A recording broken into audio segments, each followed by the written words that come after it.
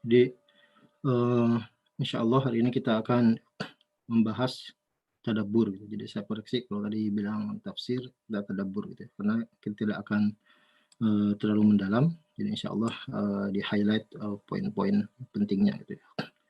Tapi walaupun tadabbur, insyaallah kita tetap memiliki rujukan gitu ya. Rujukannya adalah tafsir Jalalain gitu ya. Jadi kalau ingin lihat kitab tafsirnya kira-kira seperti ini gitu ya.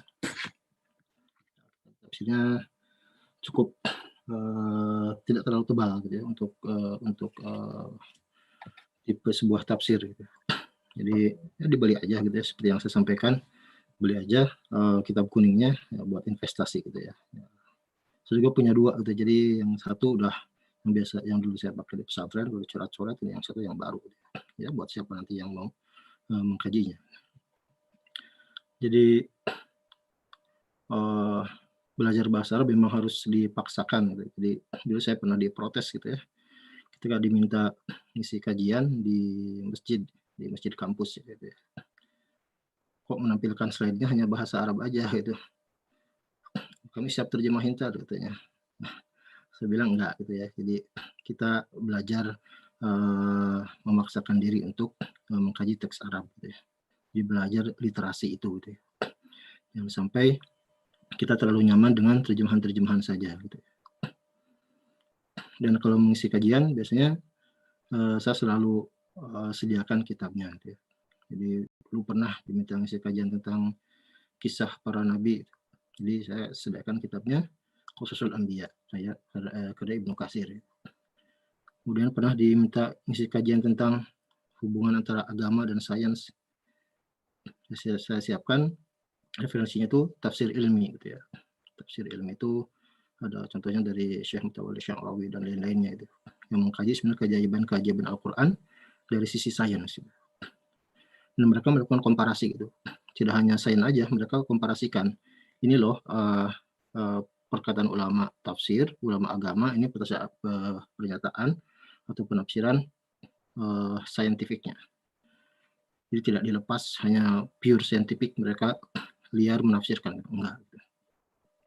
Kemudian ada juga saya pernah diminta ngisi kajian tentang, adab gitu ya, adab khusus, mahasiswa ke dosen atau guru ke, santri dan sebaliknya itu pakai Ta'limul Muta'allim itu yang biasa dikaji di pesantren. Pasti di pesantren itu dikaji itu, karya Imam Syekh Az-Zarnuji. Dan kalau adab yang umum itu saya pernah mengisi kajian itu, pakai Al-Adabul Mufrad ya, oleh Al-Bukhari. Jadi dibiasakan seperti itu, kalau memang kajiannya rutin, kita mengacu kepada salah satu kitab gitu. Setelah nanti diskusinya bisa melebar, mengambil referensi lain itu boleh gitu ya. Jadi untuk kajian tadabbur kita, insyaallah saya tampilkan di sini, teks dari tafsir Jalalain. Tadi saya sudah sharekan tulisan tentang Jalalain, 2 orang Jalal gitu ya. Nah, kalau kita lihat di sini, nama tafsirnya Al-Jalalain yang ditulis oleh 2 orang yang namanya Jalal gitu ya. Yang pertama adalah Jalaluddin Muhammad bin Ahmad Al-Mahalli. Beliau diwafatkan Al-Mutawaffa 864 Hijriah. Ini gurunya. Kemudian, yang kedua, penulis kedua adalah Jalaluddin Abdurrahman bin Abi Bakar As-Suyuti. Jadi ini namanya Jalaluddin As-Suyuti. Kalau ini Jalaluddin Al-Mahalli, ini Jalaluddin As-Suyuti. Ini adalah murid beliau. Dan beliau diwafatkan tahun 911 Hijriah. Nah, sebelum kita masuk ke tafsirnya, seperti telah saya sharekan gitu ya, melalui tulisan, itu ada kisah menarik gitu ya, tentang cerita, penerbitan kitab ini. Dan ini patut kita renungkan gitu ya. Jadi, tafsir Jalalain ini adalah kitab yang paling sering dikaji, paling umum dikaji di pesantren di Indonesia ya, pesantren Ahlussunnah wal Jamaah. Mau yang tradisional, mau yang modern, semua pasti mengkaji ini gitu ya. Jadi mungkin hanya sedikit yang tidak tahu tentang tafsir ini. kenapa dikaji terus gitu ya? Ya karena salah satunya gaya bahasanya yang simple gitu. Jadi tidak bertele-tele. Nanti kita akan bahas metode penafsiran yang beliau sampaikan itu seperti apa.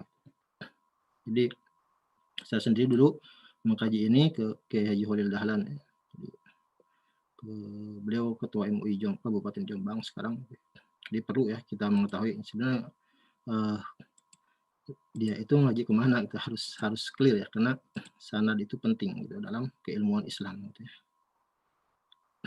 Kalau antum kalau misalkan di keilmuan umum, sanad nggak begitu penting gitu. Kita bisa membaca textbooknya, kita paham, kita menerapkan, kita lakukan pemikiran ulang, lalu kita buahkan sebuah karya gitu ya, karya tulis misalkan. Itu langsung dirasakan gitu, tanpa perlu men-track sanad gitu ya. Tapi kalau dalam keilmuan Islam itu penting gitu ya. Nah, apa cerita yang diberikan dari dua jalal ini? Jadi Jalaluddin Muhammad bin Ahmad Al-Mahalli itu beliau menulis tafsir Al-Quran itu tidak dari awal gitu. Tidak dari juz 1, tapi dari pertengahan, dari surat Al-Isra ya. Atau nama lainnya adalah Bani Israel sampai An-Nas gitu. Kemudian ditambahkan surat Al-Fatihah gitu. Jadi kalau kita lihat urutan kitab ini ada yang janggal gitu di sini. Janggalnya kenapa? Jadi Al-Fatihah itu ditaruh di belakang gitu. Karena memang seperti itulah Al-Mahalli dulu menuliskan. Gitu. Tapi kalau di cetakan-cetakan baru itu sudah disesuaikan dengan tartibus suwar, dengan urutan surat-surat yang seperti ada di mushaf gitu ya. Nah, banyak yang bertanya gitu. Sebenarnya beliau itu mampu gitu ya, untuk menyelesaikan seluruh tafsir 30 juz gitu. Tapi kok kenapa mulainya dari Al-Isra gitu ya, pertengahan, jadi setengah terakhir dari Al-Quran yang beliau tafsirkan. Dan ternyata beliau sudah melihat potensi di salah satu muridnya, yaitu Jalaluddin Abdurrahman bin Abi Bakar As-Suyuti ya. Melihat potensi bahwa beliau ini diberi oleh Allah keluasan ilmu dia. Dia masih muda gitu ya. Kalau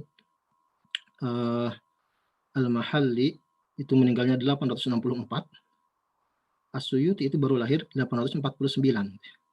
Jadi bayangkan ketika 15 tahun As-Suyuti ini gurunya itu wafat. Jadi beliau berguru ke As-Suyuti ini umur sebelum 15 tahun gitu kan. Jadi bagaimana ulama dulu itu sudah diarahkan untuk mengkaji ilmu sejak muda. Bahkan As-Suyuti ini beliau hafal Al-Quran di umur 8 tahun.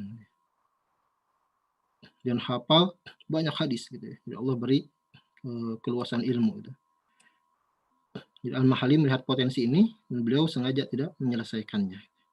Jadi ketika Al-Mahalli meninggal gitu ya, banyak bertanya-tanya, oh, kenapa cuma setengah Al-Quran aja yang ditafsirkan padahal bagus gitu ya.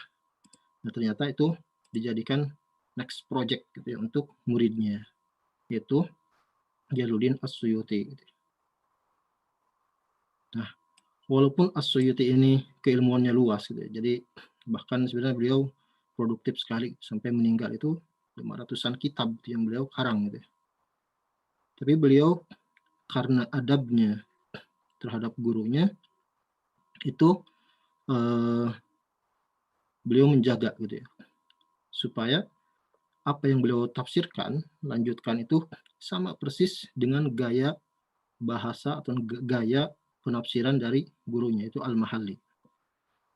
Jadi ringkas, padat, gitu, tidak bertele-tele gitu ya. Baru setelah itu selesai, beliau mengarang kitab versinya sendiri yang panjang-panjang gitu ya. Dan itu bagus juga gitu ya. Dan beliau ini As-Suyuti beberapa karyanya dijadikan rujukan dalam ilmu Al-Quran gitu ya. Seperti Al-Itqan misalkan.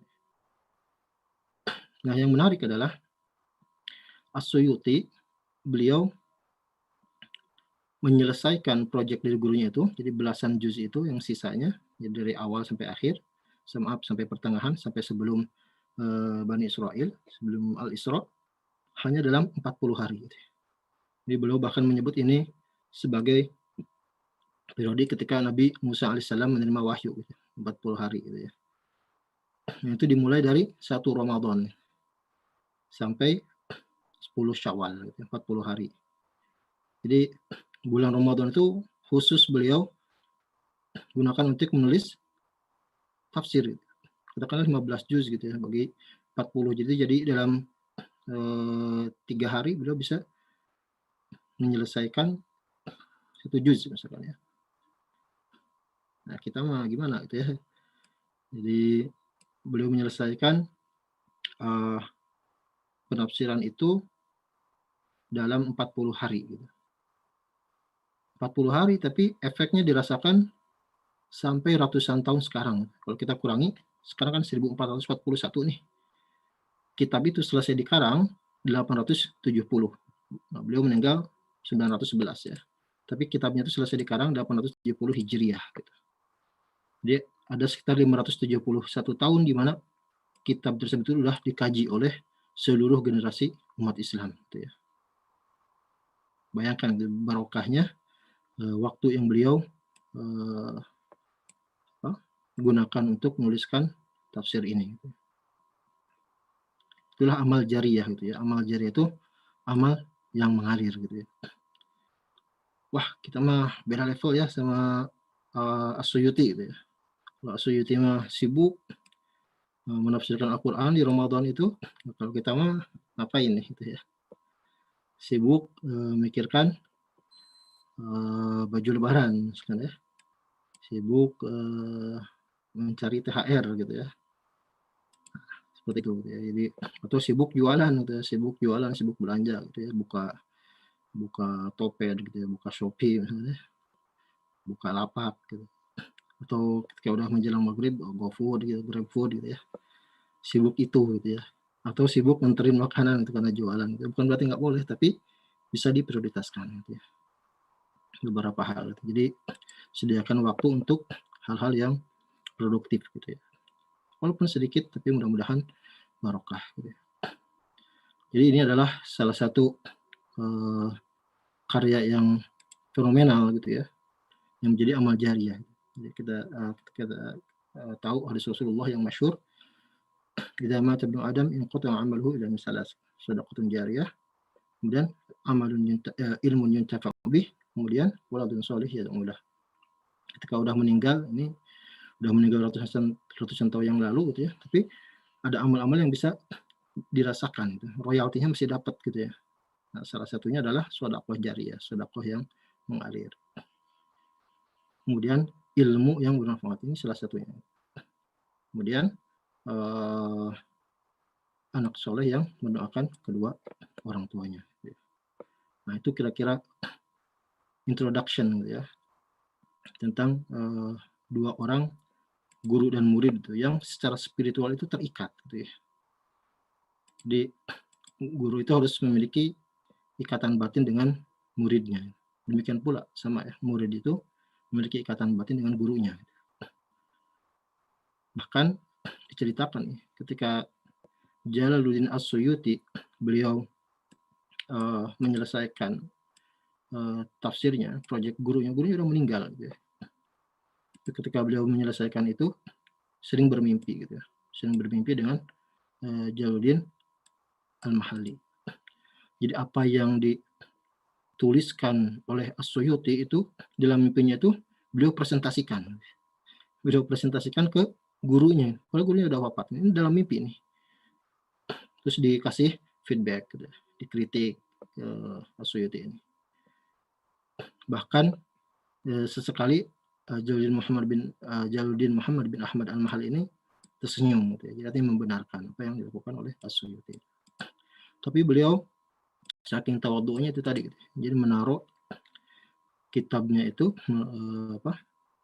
beliau mengakui gitu, bahwa levelnya itu walaupun beliau melanjutkan proyek dari gurunya, beliau mengakui levelnya itu masih di bawah gurunya. Ini salah satu sifat ketawadhuan gitu ya. Ya beda ya kalau dengan zaman sekarang gitu ya. Adab-adab ini tuh hilang gitu ya. Kadang tidak ada sopan santunnya misalkan ya antara seorang guru terhadap murid terhadap gurunya atau mahasiswa terhadap dosennya gitu ya. Jadi kadang pas tanggal merah juga masih WhatsApp gitu ya, nanya ini itu gitu, tanpa basa-basi gitu ya. Nah, itu harus kita perhatikan supaya barokah dari ilmu itu dapat dirasakan gitu ya. Jadi bisa jadi sekarang itu karena generasinya udah beda ya gitu. Jadi informasi itu sangat terbuka lebar, ilmu itu sangat terbuka lebar gitu. Orang tinggal buka HP gitu ya, browsing atau cari apapun ada gitu ya. Mungkin secara keilmuan murid itu dia lebih lengkap ilmunya itu daripada gurunya yang gaptek misalkan ya. Dia tidak update terhadap ilmu misalkan. Nah, tapi sikap itu perlu dijaga. Itulah yang dilakukan oleh Jalaluddin Abdurrahman bin Abi Bakar As-Suyuti. Sehingga dengan tawadhu'nya itu beliau produktif gitu ya, menghasilkan 500-an gitu, bahkan dihitung gitu ya, sekitar 500-an kitab yang beliau hasilkan. Ya. Itu kira-kira introduction ya. Bagaimanapun kita harus acknowledge dulu gitu ya, penulis atau pengarang kitab ini sehingga bisa sampai kepada kita gitu ya. Ya, bahkan biasanya guru-guru kami itu ya selain acknowledge penulisnya, mau acknowledge juga dia sebenarnya ngajinya ke siapa itu didoakan dulu gurunya gitu ya sebelum beliau mengisi kajian itu gitu ya, seperti itu. Misalkan mengaji kita tafsir Jalain ke kiai apa, kiai itu didoakan dulu. Belum mengaji kitab Bulughul Maram ke kiai siapa itu didoakan dulu kiainya selain penulisnya gitu ya. Itu kira-kira salah satu adab gitu ya. Dan itu dengan sendirinya membuat keterikatan batin antara guru dan murid walaupun gurunya sudah tiada. Nah, kita masuk ke tafsirnya sekarang ya, tafsir Jalalainnya itu. Jadi Bismillahirrahmanirrahim dengan menyebut nama Allah yang Maha Pengasih lagi Maha Penyayang. Jadi Bismillahirrahmanirrahim itu adalah awal surat Al-Fatihah ya. Dan kita sudah sepakat bahwa kemarin Al-Fatihah itu memiliki 7 ayat gitu ya. Jadi kalau kita lihat di mushaf, Bismillahirrahmanirrahim itu ayat pertama gitu ya. Alhamdulillahirrahmanirrahim ayat kedua. Makanya di sini ayat kedua gitu ya. Ar-Rahmanir-Rahim ketiga, kemudian Maliki Yaumiddin 4, Iyyaka na'budu wa iyyaka nasta'in 5, Ihdinas siratal mustaqim 6, Shiratal ladzina an'amta 'alaihim ghairil maghdubi 'alaihim waladdallin itu 7 gitu ya. Jadi ada 7 ayat. As-sab'ul matsani, 7 ayat yang selalu diulang-ulang gitu ya dalam sholat kita, setidaknya 17 kali. Ada yang berpendapat bahwa Bismillahirrahmanirrahim itu bukan Al-Fatihah gitu ya. Nah, bagaimana seperti itu? Nah, oke, dia misalkan ada pendapat yang menganggap bahwa Bismillahirrahmanirrahim itu bukan bagian dari Al-Fatihah. Tapi ya, kita ambil titik tengah gitu. Jadi Bismillahirrahmanirrahim itu selain ada dalam surat Al-Fatihah, ada juga dalam surat An-Naml gitu ya. Di An-Naml ayat 30 ya. Innahu min Sulaimana wa innahu bismillahirrahmanirrahim. Alla ta'lu alayya wa'tuni muslimin. Jadi itu cerita ketika Nabi Sulaiman bertemu dengan Ratu Bilqis ya. Jadi memberikan surat yang isi suratnya itu adalah Bismillahirrahmanirrahim. Jadi tidak basa-basi gitu ya, suratnya Bismillahirrahmanirrahim. Alla ta'lu alayya wa'tuni muslimin. Kamu tidak boleh sombong dan jadilah Islam gitu ya. Seperti itu surat diplomatis Nabi Sulaiman. Jadi sepakat bahwa Bismillahirrahmanirrahim adalah bagian dari Al-Quran.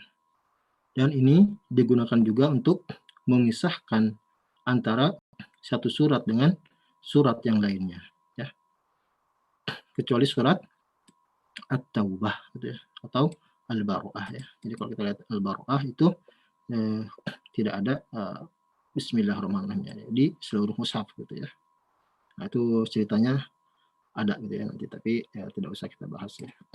Jadi yang An-Naml tadi ayat 30 saya tampilkan ya. Oh, di sini aja. Supaya kita tahu ayatnya bahwa di dalamnya ada bismillahirrahmanirrahim ya. Innahu min Sulaimana wa innahu bismillahirrahmanirrahim. An-Naml ayat 30. Jadi lafaz bismillah itu diulang 2 kali dalam Al-Qur'an. Ketika dia dihitung sebagai satu ayat, yaitu di Al-Fatihah dan di surat An-Naml ya. Nah, kita masuk ke apa yang disampaikan oleh Jalalain itu ya. Alhamdulillah, jadi segala puji bagi Allah. Jadi jumlatun khabariyah qusida biha athana 'ala Allah bimadmuniha ala annahu ta'ala maliki li jami'il hamdi minal khalqi aw mustahaqqun li yahmaduhu. Jadi ini adalah jumlah khabariyah, itu gampangannya kalimat berita lah gitu. Yang dimaksudkan untuk memuji, menyanjung Allah dengan segala esensinya, bahwa Allah itu memiliki li jami'il hamdi, yang berhak untuk memiliki seluruh pujian. Jadi kalau kita dipuji misalnya, wah kamu mah pintar misalnya, atau kamu mah kaya gitu ya, atau kamu mah apalagi cerdas gitu ya, atau hal-hal lain yang positif gitu ya, kamu berprestasi gitu ya, kamu produktif gitu. Nah itu harus kita ingat bahwa seluruh pujian itu adalah hakikatnya adalah milik Allah. Jadi Allah yang berhak untuk mendapatkan pujian dari khalq, dari makhluknya. Jadi Allah yang mustahik itu sangat berhak untuk menerima. Jadi kalau zakat misalnya, muzakki itu orang yang melakukan zakat, yang wajib membayarkan zakat. Mustahik itu yang berhak untuk menerima. Sama ini juga Allah adalah yang mustahik, yang berhak untuk menerima pujian. Wallahu alamun alal ma'budi bihaq. Allah itu adalah alamun itu adalah isim alam. Kalau dalam kaidah bahasa Arab, isim alam itu nama lah gampangannya itu. Jadi ketika ada orang yang menanyakan gitu, siapa Tuhanmu? Siapa yang kau sembah? Ya, jawabannya adalah Allah gitu ya. Jadi Tuhan kita itu adalah namanya Allah gitu. Jadi siapa yang memberi nama Allah? Ya Allah gitu ya. Sini gitu ya.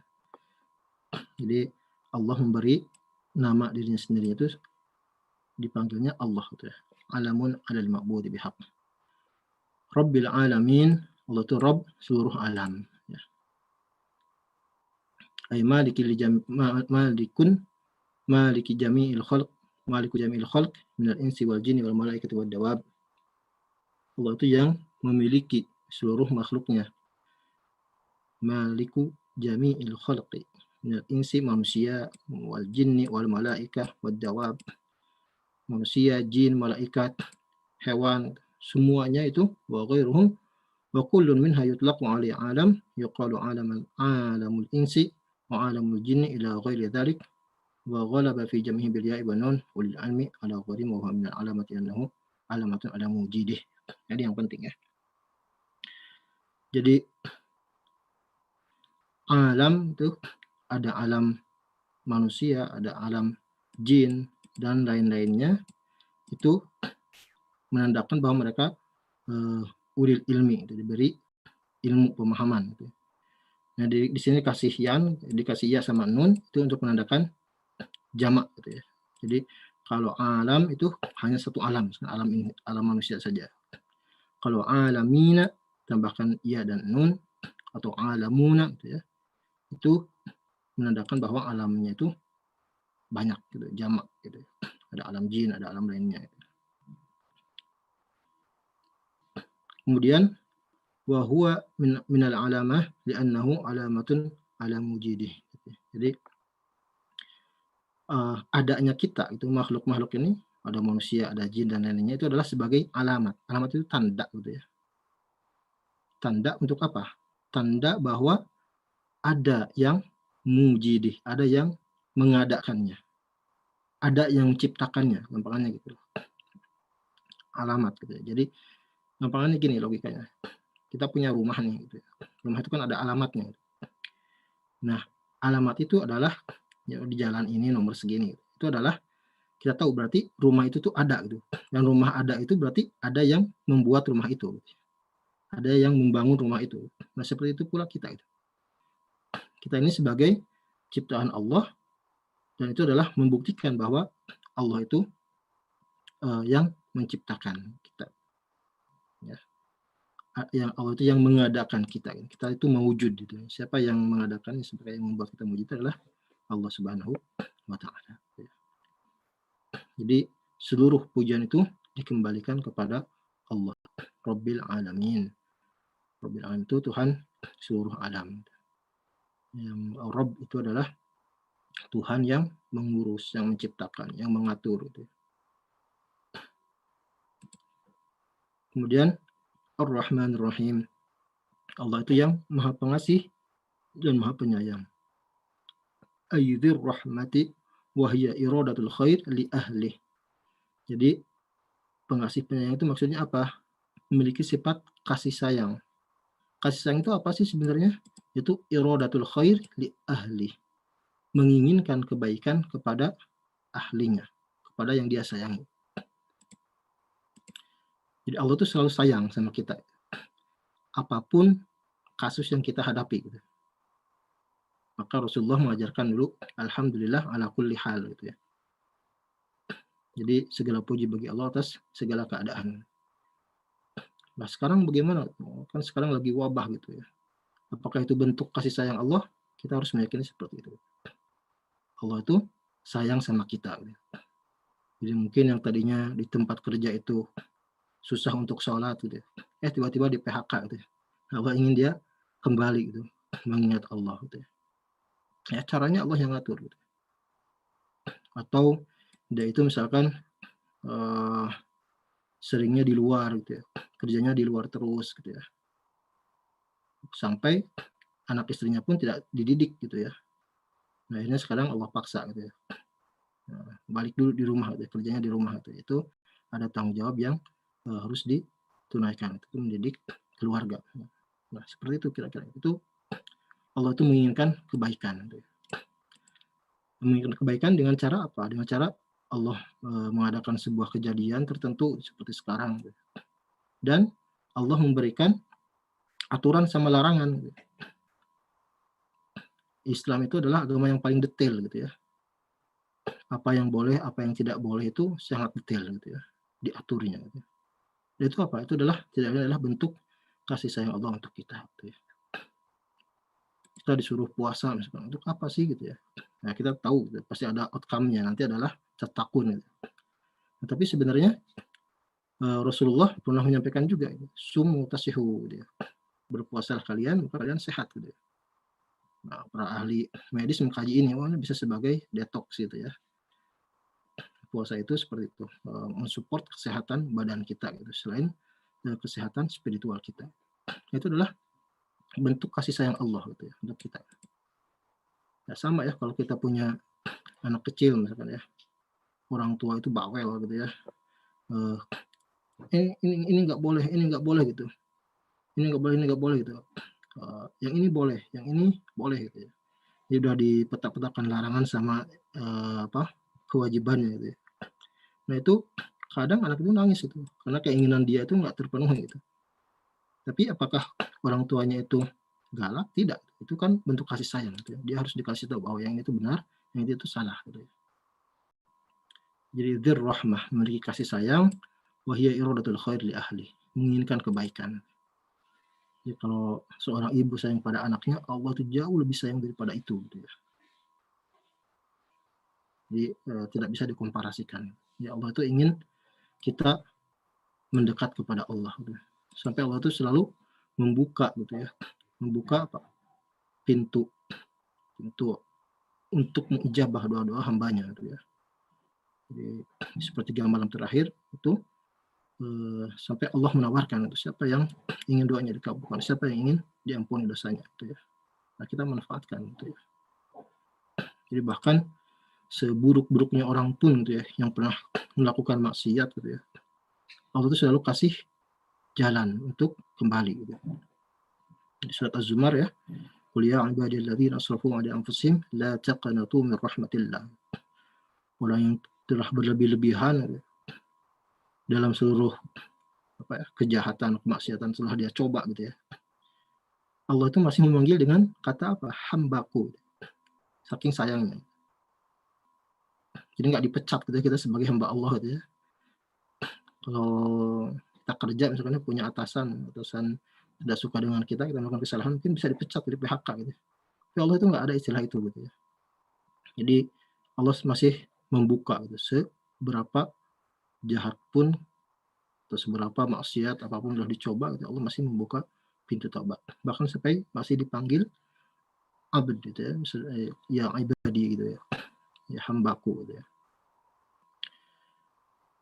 La taqnatu min rahmatillah.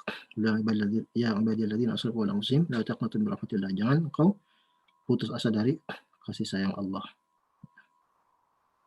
Seperti itu ya. Jadi ini memaknai kata Ar-Rahman dan Ar-Rahim. Kemudian Maliki Yaumiddin.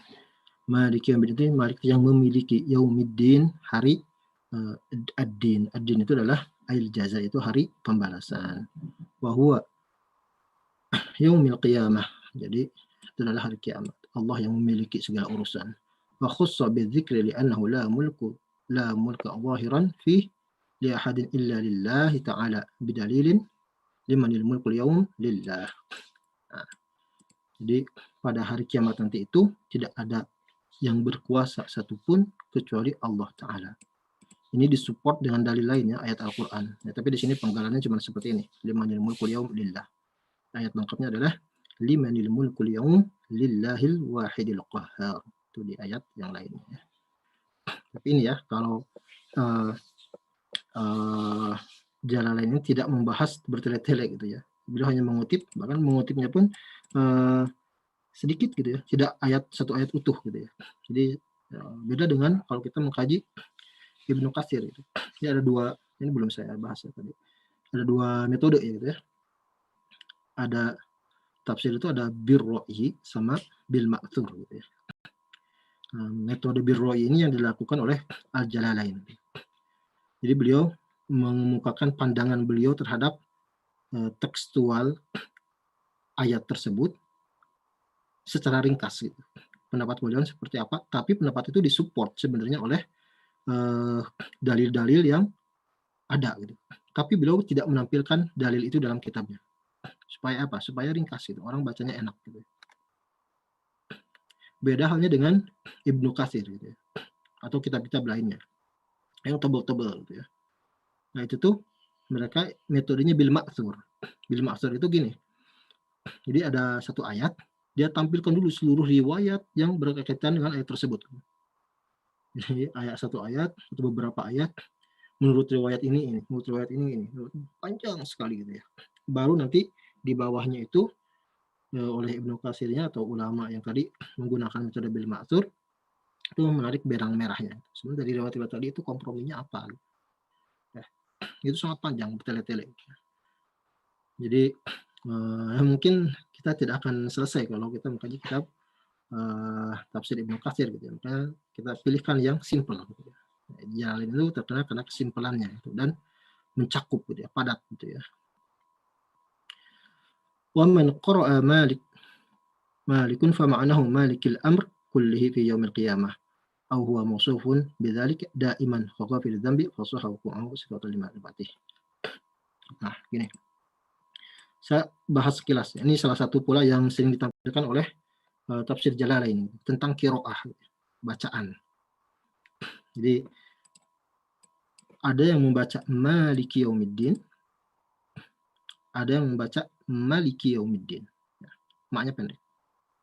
Kalau kita, karena kita umumnya di Indonesia itu menggunakan riwayat Hafs, kita baca maknya itu panjang. Maliki Yaumiddin. Allah yang Malikil Amru.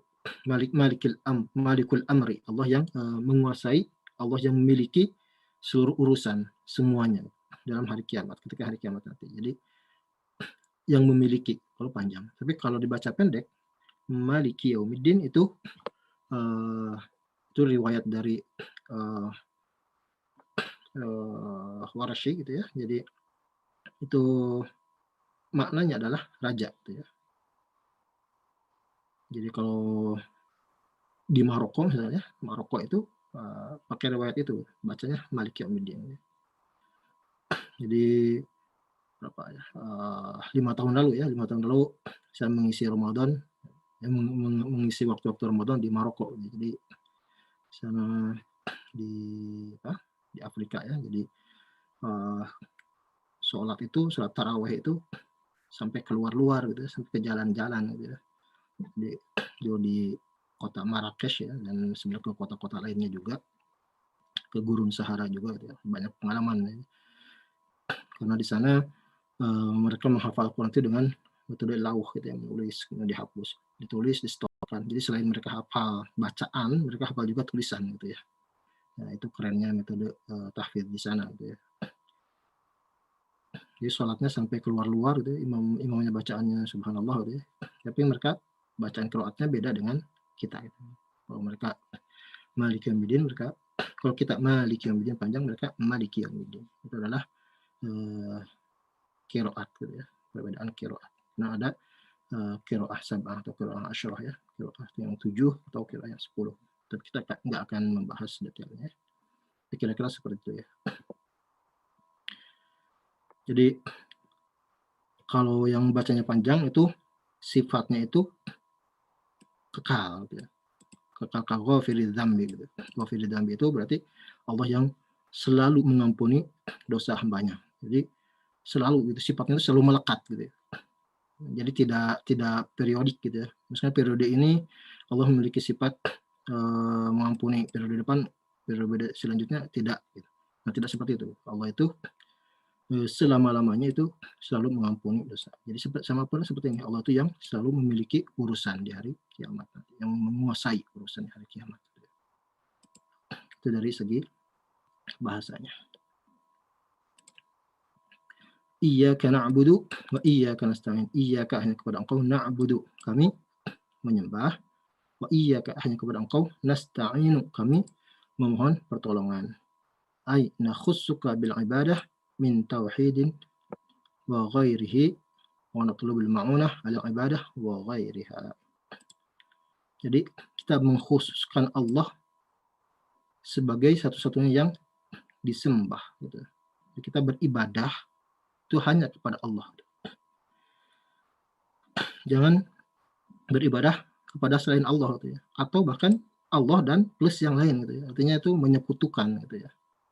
Nah, sini tauhid itu diajarkan, benar-benar mengesahkan Allah. Kita ibadah itu hanya menyembah Allah gitu. Diajarkan tauhid uluhiyah gitu. Kalau tadi sebelumnya alhamdulillah rabbil alamin itu adalah tauhid rububiyahnya.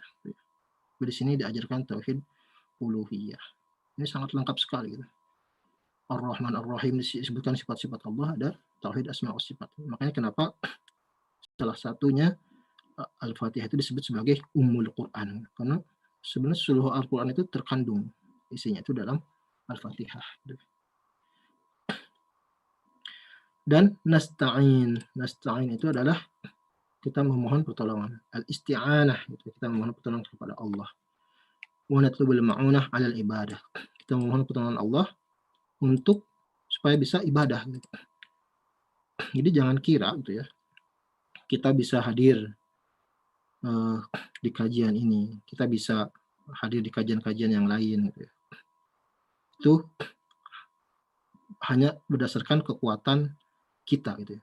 Tapi itu adalah pertolongan dari Allah gitu ya. Bahkan ketika kita disuruh untuk sholat pun gitu ya, hayya 'alas shalah ya falah gitu. Sekarang nggak ada ya, masih belum boleh gitu ya, masih shollu fi buyutikum shollu fi rihalikum gitu ya.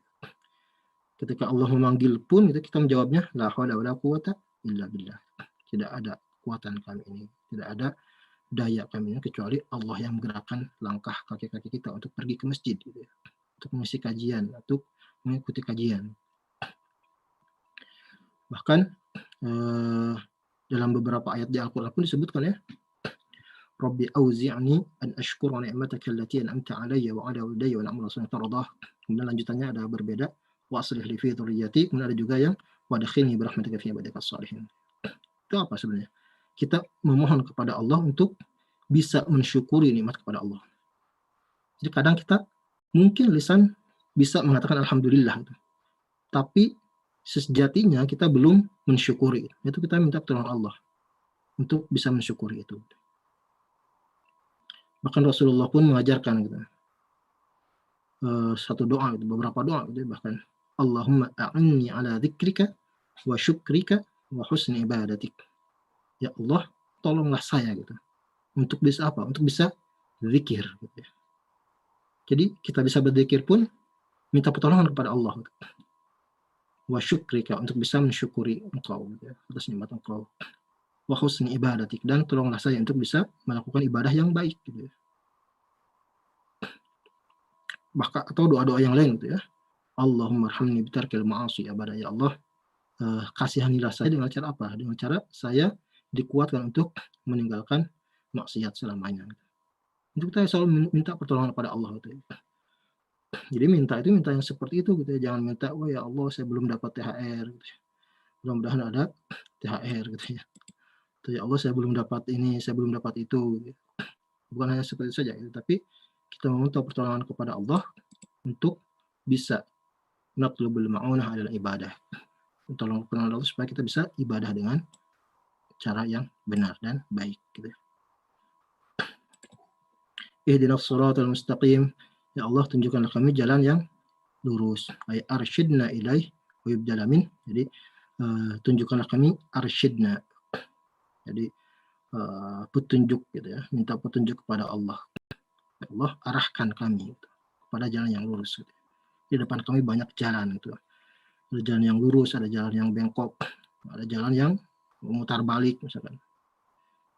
Ini harus pilih jalan yang mana, itu Allah yang nanti menunjukkan. Tapi kita minta Allah untuk mengarahkan kita. Nah, wajib dalamin penjelasannya itu di ayat selanjutnya. Yaitu shiratal ladzina an'amta 'alaihim. Yaitu jalan yang engkau beri nikmat kepada mereka. Ghairil maghdub, bukan yang engkau murkai, yang engkau benci, 'alaihim, atas mereka. Waladhdallin, bukan orang yang sesat. Jadi shiratal ladzina an'amta 'alaihim, jalan orang-orang yang engkau beri nikmat kepada mereka itu dengan nikmat apa? Bil hidayah, dengan hidayah. Wa yubala minal ladzina bisilati. Ini penjelasannya. Yang selanjutnya itu ghairil maghdubi 'alaihim. Al-maghdub, orang yang dibenci itu adalah al-yahud, orang Yahudi. Wala wa ghaira ad-dhalin, dan bukan pula jalan orang-orang yang jalan yang mereka yang sesat, ad-dhalin. Wa humun nasara, itu adalah orang-orang Nasara ya. Wa nuqtatul badali ifadatan anna al-muhtadina laysu al-yahuda wala nasara wallahu a'lam bissawab. Jadi poin penting penjelasan itu adalah untuk mengambil faidah penegasan bahwa annal muhtadina, orang-orang yang diberi petunjuk itu adalah bukan Yahudi, bukan Nasara. Nah, ini sebagai etika ya, ini di akhirnya di betapa tawadunya ulama yang dulu itu, beliau closing dengan apa? Wallahu a'lamu bis-shawab wa ilaihil marji wal ma'ab. Allah itu yang lebih mengetahui apa yang benar. Ya, kita hanya meraba-raba saja sebenarnya. Kira-kira artinya seperti ini, didasarkan pada pendapat beliau ya, dan riwayat-riwayat yang mensupportnya. Tapi beliau kembalikan kepada Allah. Allah yang mengetahui mana yang lebih benar.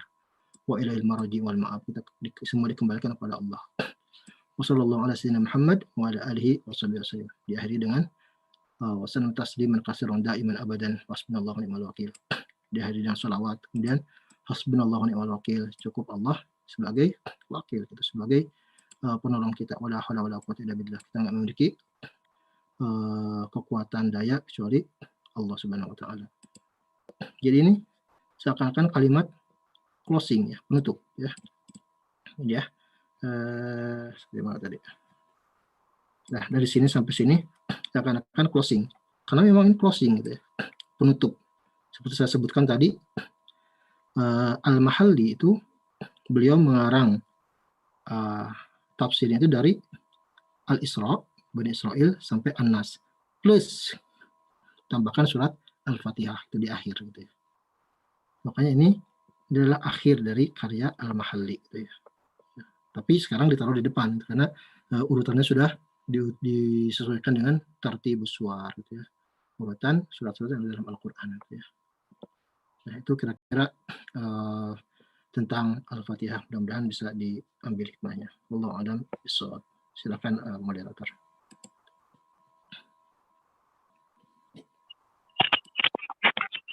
Baik, terima kasih Pak Ustadz Zaki.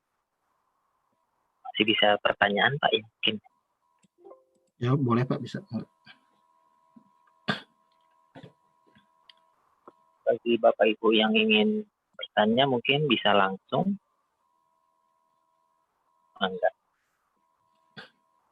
Atau di chat juga bisa mungkin biar aman. Ya, ini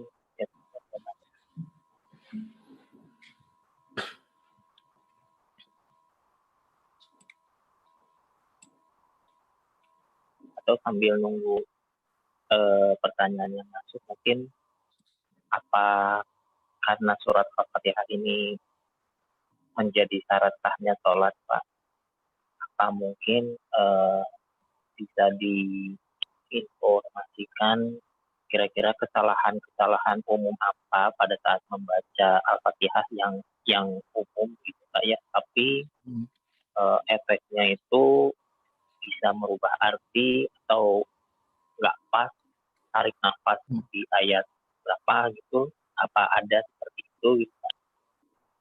Oh ya, kebetulan saya sedang buka ini ya, Sufatul Bayan di Ma'anil Quran. Jadi para ulama sepakat bahwa Al-Fatihah itu adalah rukun sholat gitu ya. Rukun itu ya artinya kegiatan dalam sholat yang harus ditunaikan, mau tidak mau gitu ya. Jadi kalau itu tidak ditunaikan maka sholatnya tidak sah, gitu. Itu yang namanya rukun ya.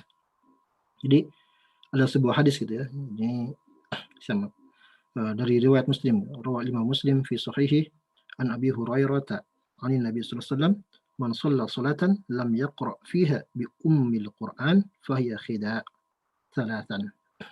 Jadi dari Abu Hurairah, ini riwayat Muslim ya, Rasulullah menyampaikan barang siapa yang sholat ya, sholat kemudian tapi dia lam yaqra bi Fatihah, lam yaqra fiha bi ummil Qur'an, tidak membaca ummul Qur'an, tidak membaca Al-Fatihah di dalamnya, fahiya khida', maka sholat itu tidak sempurna, cacat gitu ya.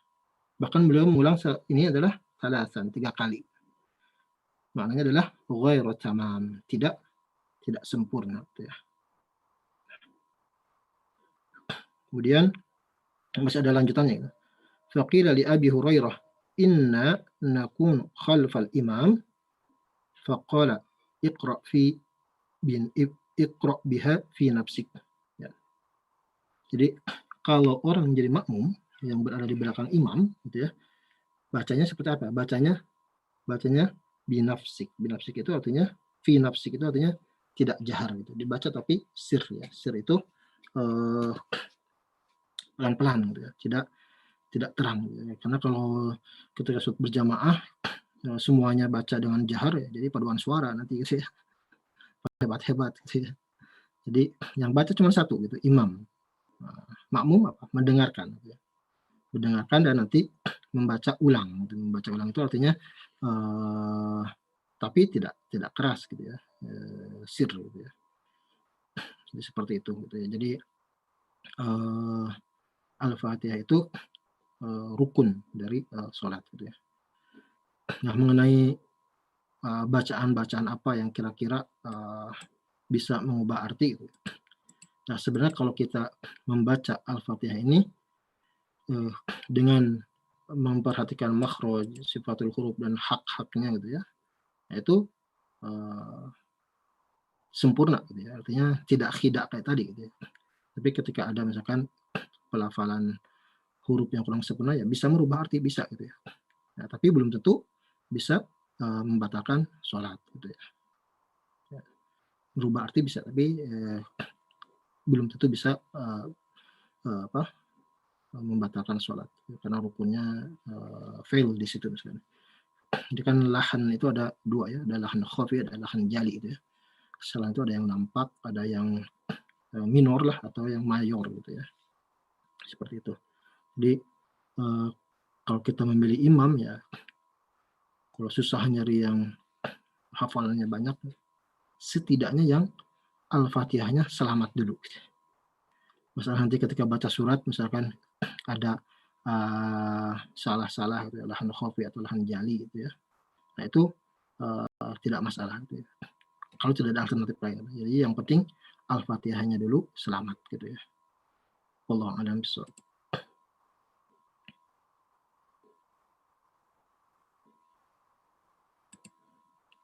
Mungkin sudah selesai waktunya Pak ya, atau masih ada? Masih ada pertanyaan sih, apa masih bisa ya Pak? Ya, kalau pertanyaan singkat mungkin bisa, tinggal 2 menit lagi. Ada pertanyaan, perbedaan redaksi istilah orang Yahudi dengan Maktubi dan orang Nasrani dengan Brolin dalam Al-Fatihah, kira-kira apa ada pelajaran yang bisa kita ambil dari perbedaan kalimat tersebut? Wallahu a'lam ya. Cuman di Al-Quran ada satu ayat seperti ini gitu ya. لَتَجِدَنَّ أَشَدَّ النَّاسِ عَدَاوَةً لِلَّذِينَ آمَنُوا الْيَهُودَ وَالَّذِينَ أَشْرَكُوا وَلَتَجِدَنَّ أَقْرَبَهُم مَوَدَّةً الَّذِينَ آمَنُوا الَّذِينَ قَالُوا إِنَّا نَصَارَى ذَلِكَ بِأَنَّ مِنْهُمْ قِسِّيسِينَ وَرُهْبَانًا وَأَنَّهُمْ لَا يَسْتَكْبِرُونَ. Itu ada satu ayat seperti itu dalam Al-Quran. Nah, kira-kira maknanya gini. Engkau akan memperhatikan nanti latajidan asyaddan nas, orang yang paling dahsyat permusuhannya terhadap Islam itu adawatan adalah orang-orang Yahudi dan walladzina asyraku, orang-orang yang syirik. Jadi nanti kita akan tahu kalau dalam sejarah sebenarnya banyak sekali kolaborasi antara Yahudi dan orang-orang yang syirik, musyrik gitu ya. Tapi Allah lanjutkan, wala tajidan aqrabahum mawaddatan lilladzina amanu. Kau akan temui nanti orang-orang yang akrab, yang paling dekat dengan orang beriman itu adalah orang-orang yang mengatakan bahwa mereka Nasrani, mereka Nasara. Kenapa? Dzalika bi anna minhum qissisina wa ruhbana wa annahum la yastakbirun.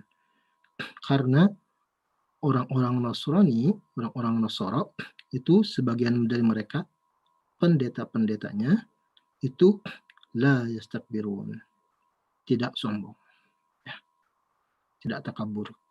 Jadi masih berpeluang untuk mendapatkan petunjuk untuk diluruskan. Beda halnya dengan orang Yahudi tadi yang secara nampak itu permusuhannya jelas, gitu. Permusuhannya hebat, gitu, dahsyat. Gitu. Ya. Dan kita bisa lihat sampai sekarang orang-orang Yahudi di mana? Israel ya, di Israel ya, Zionis gitu ya. Nah, kita nggak nyebut Israel sebagai nabinya gitu, tapi Israel sebagai negaranya gitu ya.